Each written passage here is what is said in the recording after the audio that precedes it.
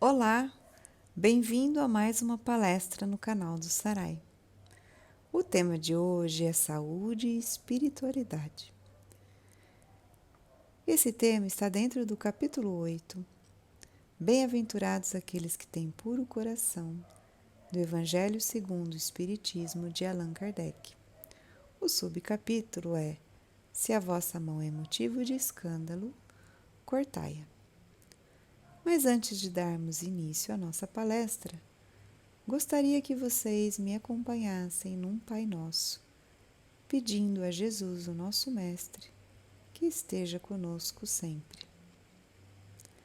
Pai nosso que estais nos céus, santificado seja o vosso nome. Venha a nós o vosso reino, seja feita a vossa vontade, assim na terra como nos céus. O pão nosso de cada dia nos dai hoje. Perdoai as nossas ofensas, assim como nós perdoamos a quem nos tem ofendido. E não nos deixeis cair em tentações, mas livrai-nos de todo mal. Que assim seja hoje e sempre. Amém. Então vamos lá.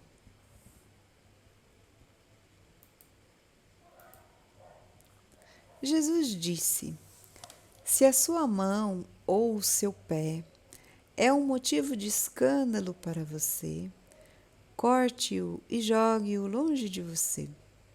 É melhor para você entrar para a vida sem uma das mãos ou sem um dos pés, do que ter as duas mãos e os dois pés e ser lançado no fogo eterno. E se o seu olho é ocasião de escândalo para você, arranque e jogue-o para longe de você. É melhor para você entrar para a vida com um olho só, do que ter os dois e ser jogado no fogo do inferno. Jesus, São Mateus, capítulo 18, versículo de 8 a 9. Se nós tomarmos ao pé da letra o que Jesus falava, então esses ensinamentos vão parecer bem estranhos. Nós temos que nos lembrar que Jesus falava sempre às multidões por meio de alegorias. Então, no caso, pés, mãos, olho significavam modo de agir, modo de caminhar, modo de ver. Então, arrancar uma mão, arrancar um pé, arrancar um olho, não significava literalmente a mutilação do nosso corpo físico, mas significava que nós deveríamos agir, caminhar e ver as coisas da maneira diferente que nós estamos acostumados a ver, se nós quisermos entrar para o reino no qual Jesus nos falou. Nós estamos acostumados a ver as coisas da maneira que o mundo nos ensinou, com egoísmo, com orgulho, com vaidade, com intolerância. E é sobre isso que Jesus vem nos falar nesses seus ensinamentos. Então é preciso sempre olhar, como ele disse, com olhos de ver, ouvir, com ouvidos de ouvir, porque muitas vezes a maneira como ele colocava os seus ensinamentos eram maneiras alegóricas, metafóricas, com simbologia, para que a população mais humilde pudesse guardar os seus ensinamentos. E eles tinham que ter um impacto que choca mesmo, para que as pessoas se lembrassem do que ele estava falando. Hoje queremos destacar que Jesus disse claramente então, né? Vamos voltar aqui. Melhor você arrancar, né, então, né, uma das mãos, um dos pés, cortar, do que, entrar para a vida. Não é isso que ele está dizendo aqui, entrar para a vida, e no outro aqui, entrar para a vida. O que é entrar para a vida nesse ensinamento de Jesus? É voltar ao mundo dos espíritos. Como vocês sabem, o espiritismo acredita que nós não morremos e desaparecemos, né? Allan Kardec perguntou ao livro dos Espíritos, né, se existem no homem alguma outra coisa além da nossa alma e do nosso corpo físico. Por quê? Porque Kardec já acreditava, como nós espíritas também, que nós não desaparecemos após a nossa morte. Nós continuamos existindo. E de que forma nós continuamos existindo? É isso que ele pergunta, né? Há no homem outra coisa além da alma? E o espírito responde: há o liame, ou seja, uma ligação que une a alma ao corpo. E Kardec definiu essa ligação como perispírito. Na pergunta 135, ainda do Livro dos Espíritos, Kardec mostra quais são as partes essenciais do ser humano que ele definiu. Então, ele identificou o corpo físico, que nós também todos podemos identificar. Ele definiu o corpo chamado perispírito, que não é um corpo físico, mas é um corpo ainda material, com uma matéria muito menos densa que o nosso corpo físico, mas ainda material. E dentro desse perispírito estaria então a nossa alma, ou espírito, ou partícula divina. O que Kardec não definiu na época é que esse perispírito, essa ligação, né, que faz entre o nosso corpo e a nossa alma, ela é subdividida em 7 camadas.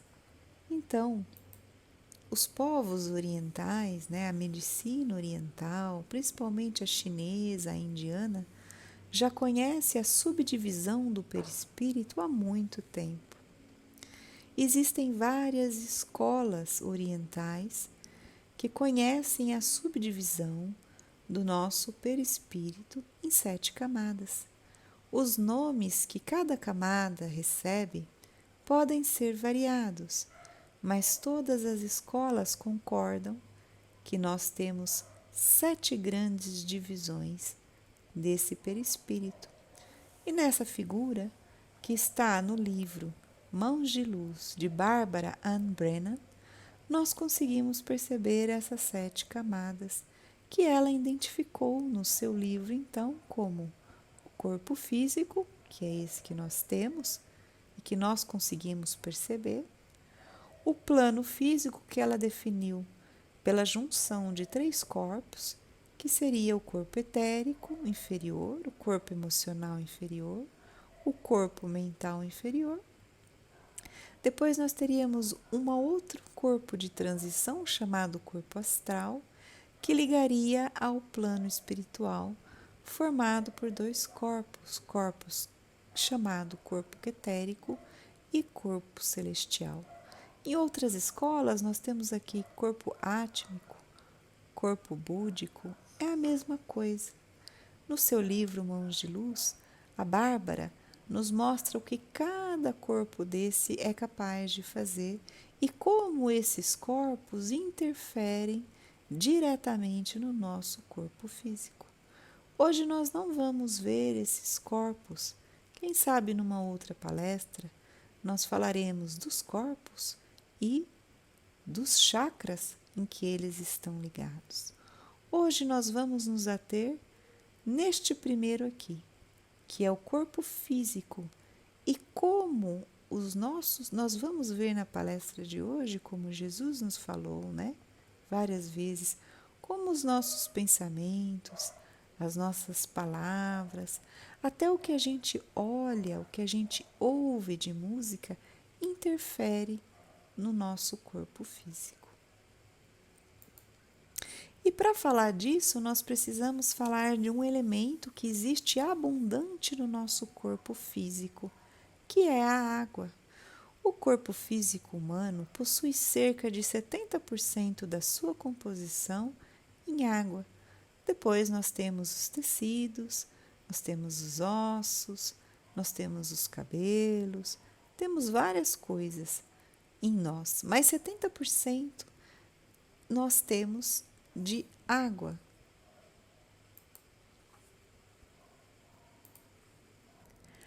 A quantidade de água varia em cada organismo.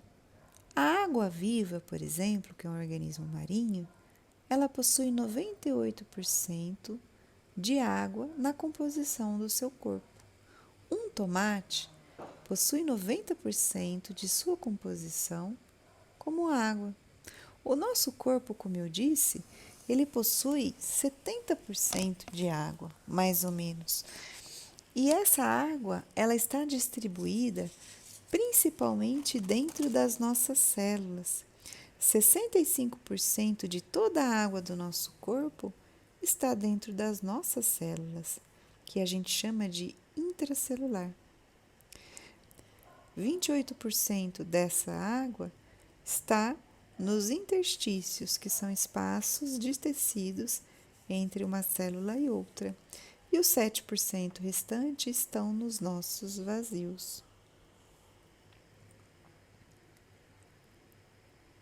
A água que nós temos dentro de nós pode sofrer modificações na sua estrutura molecular de acordo com as palavras que nós proferimos, de acordo com as imagens que nós observamos durante o nosso dia e de acordo também com a música que nós escutamos.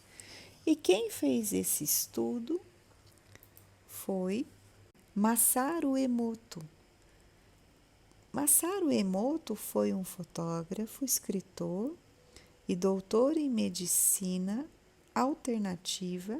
Ele era japonês e estudou, o comportamento da água e, segundo as suas pesquisas, as estruturas moleculares da água sofrem alterações quando elas são expostas a palavras, sentimentos, música e até mesmo imagens. Ele estudou microscopicamente os cristais de água formados após submeter a água a algumas situações, como por exemplo palavras de carinho ditas diante do copo com água.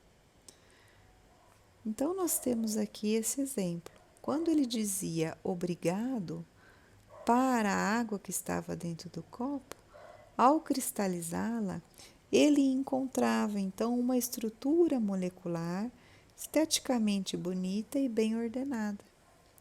O contrário acontecia quando as palavras que eram proferidas no copo que estava com água eram palavras agressivas ou de baixo escalão.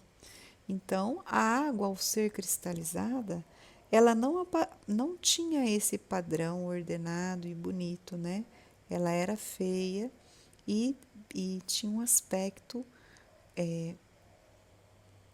desordenado.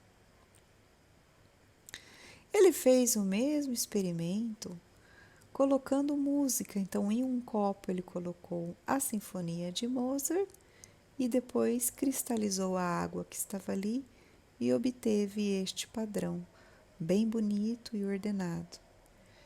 E aí ele fez o mesmo teste, colocando agora uma música que era um heavy metal bem pesado, e ele obteve então novamente nenhum padrão, de água e um comportamento bem desordenado, uma estrutura bem feia, se comparada com essa que está bem ordenado, o cristal de água. O Masaru fez isso durante 5 anos e ele coletou vários dados nessas fotografias dos cristais e ele publicou esse livro, As Mensagens da Água. Os seus experimentos foram repetidos por muitos pesquisadores no mundo e o resultado foi sempre o mesmo que Masaru Emoto observou. O conteúdo do livro, então, Mensagens da Água, pode ser resumido nas seguintes frases. A água pode mudar com música, imagens, palavras, orações e assim por diante. A água parece gostar mais das vibrações de amor e de gratidão. Então, se nós pensarmos que o nosso corpo físico possui 70% de água, nós podemos mudar o arranjo molecular e vibracional dessas moléculas de acordo com as músicas, com as imagens, com as palavras que nós escolhemos escutar e proferir essas palavras durante o nosso dia. As palavras são a manifestação dos nossos pensamentos. Então, educar as nossas palavras também passa por educar os nossos pensamentos. E eu já dei uma palestra aqui no canal do Sarai, que chama Eduque o Seu Pensamento, que também está dentro desse mesmo capítulo 8, Bem-aventurados aqueles que têm puro coração, que é o mesmo capítulo que nós estamos fazendo a palestra de hoje. Sugiro quem não assistiu que dê uma olhadinha lá nessa palestra. Ela é muito interessante, porque lá nós vimos que o pensamento ele é uma força eletromagnética. Então, ele atua realmente nas nossas moléculas de água, e ainda mais quando nós falamos, porque a palavra nada mais é do que o pensamento manifestado. E se nós queremos ter um corpo físico saudável, então precisamos cuidar de que toda a parte aquosa dentro de nós, que é mais da metade do nosso corpo, esteja saudável também. Então nós precisamos nos acostumar a dizer palavras de gratidão, palavras amorosas, pensamentos bons, pensamentos de gratidão. Precisamos nos acostumar a selecionar as músicas que nós escutamos durante o dia e até mesmo as imagens que nós deixamos que cheguem até nós. Os programas que nós escolhemos para assistir vão então impactar diretamente nas moléculas de água dentro de nós. E isso vai impactar na nossa saúde física. Pai João de Angola, no seu livro 7 Caminhos para o Alto Amor, psicografado por Vanderlei de Oliveira, nos dá alguns exercícios simples que nos ajudam a educar as nossas palavras e os nossos pensamentos. Eu trouxe para vocês hoje 2 desses exercícios. O primeiro é chamado Alongamentos para a Alma. E eu vou ler para vocês.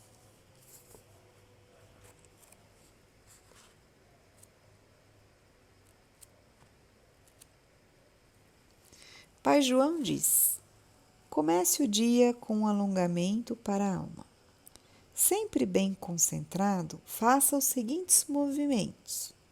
Leve as 2 mãos juntas, voltadas para cima, à altura do peito e diga: obrigado, Deus, por mais um dia.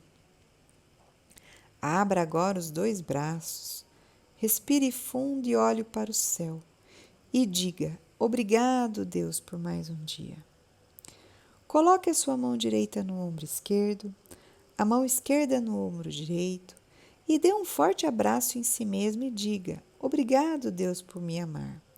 Logo depois, repita 3 vezes: eu me amo, eu me aceito e eu estou pronto para ser uma pessoa melhor.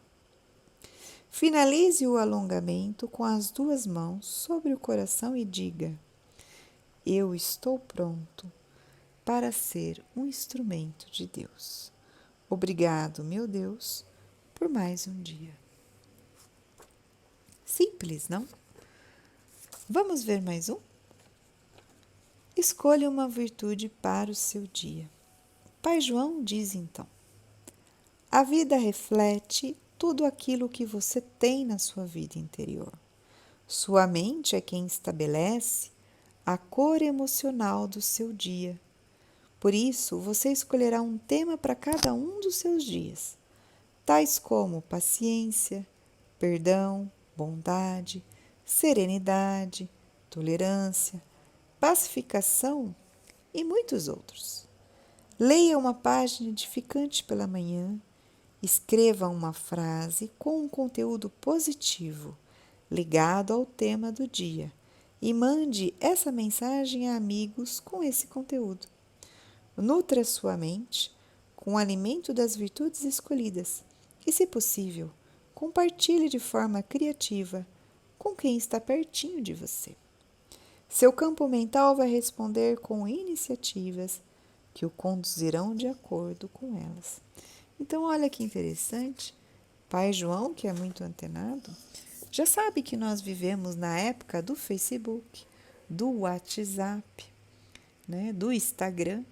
Então, ele diz para nós compartilharmos coisas positivas, coisas alegres, coisas que fazem bem à nossa alma, ao invés de nós compartilharmos conteúdos tristes, conteúdos que são degradantes, conteúdos que têm uma vibração muito ruim. Então, olha como o Pai João nos ajuda, né? Não só nós vamos escolher a virtude para nós, mas nós vamos compartilhar de maneira alegre e de maneira edificante essa virtude com as pessoas que nós amamos e estão do nosso lado.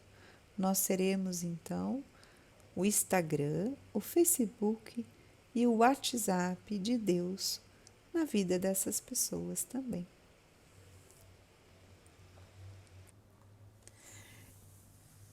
A irmã Cidufo também nos ajuda a compreender melhor como nós podemos fazer para reeducar as nossas palavras e pensamentos, para formarmos então um novo hábito, um hábito que nos ajude a permanecer saudáveis. São os mecanismos da contenção e da repetição. Na contenção, nós vamos utilizar a nossa vontade ativa e esclarecida com a finalidade de assumir o controle sobre as fontes energéticas de teores primários e suscetíveis de causar danos aos novos propósitos que acalentamos. Ou seja, nós vamos vigiar as nossas palavras e os nossos pensamentos. Nós não vamos deixar que o nosso cérebro faça as coisas inconscientemente. Nós vamos buscar ter consciência das nossas palavras, principalmente, já que os pensamentos são um pouco mais difíceis da gente conter.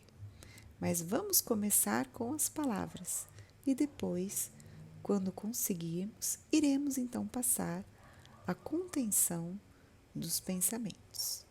O segundo mecanismo que a irmã se nos ensina é a repetição, a fim de dinamizar os exercícios que são formadores de novos hábitos, com os quais desenvolveremos então os valores divinos que já estão depositados em nós, né? Estão dormentes desde a criação. Todos nós temos valores maravilhosos dentro de nós que estão dormindo. E é igual uma plantinha. Nós precisamos regar essa sementinha, colocar no sol e esperar então que ela desperte, sem deixar de dar água, de cuidar dela, de conversar com ela.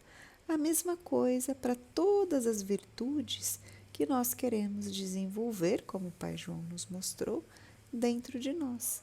Então, quando surgir a vontade de falar mal de alguém, nós vamos fazer o primeiro exercício, que é a contenção.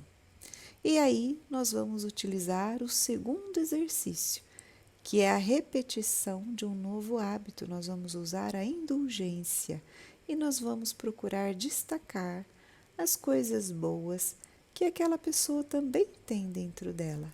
Ao invés de nós falarmos das coisas que estão falhando nela, das falhas, das coisas ruins, nós vamos destacar as coisas boas, porque todos nós carregamos coisas boas e coisas ruins dentro de nós. Hermância ainda nos adverte sobre os sentimentos que nós expressaremos ao fazer uso dessa terapia com esses dois mecanismos. Porque a contenção com revolta vai se tornar repressão e neurose. Já a repetição com descrença vai se tornar desmotivação e rotina vazia. A contenção já com compreensão é vigilância e domínio, enquanto que a repetição com idealismo é um hábito novo adquirido e crescimento moral. Vamos praticar?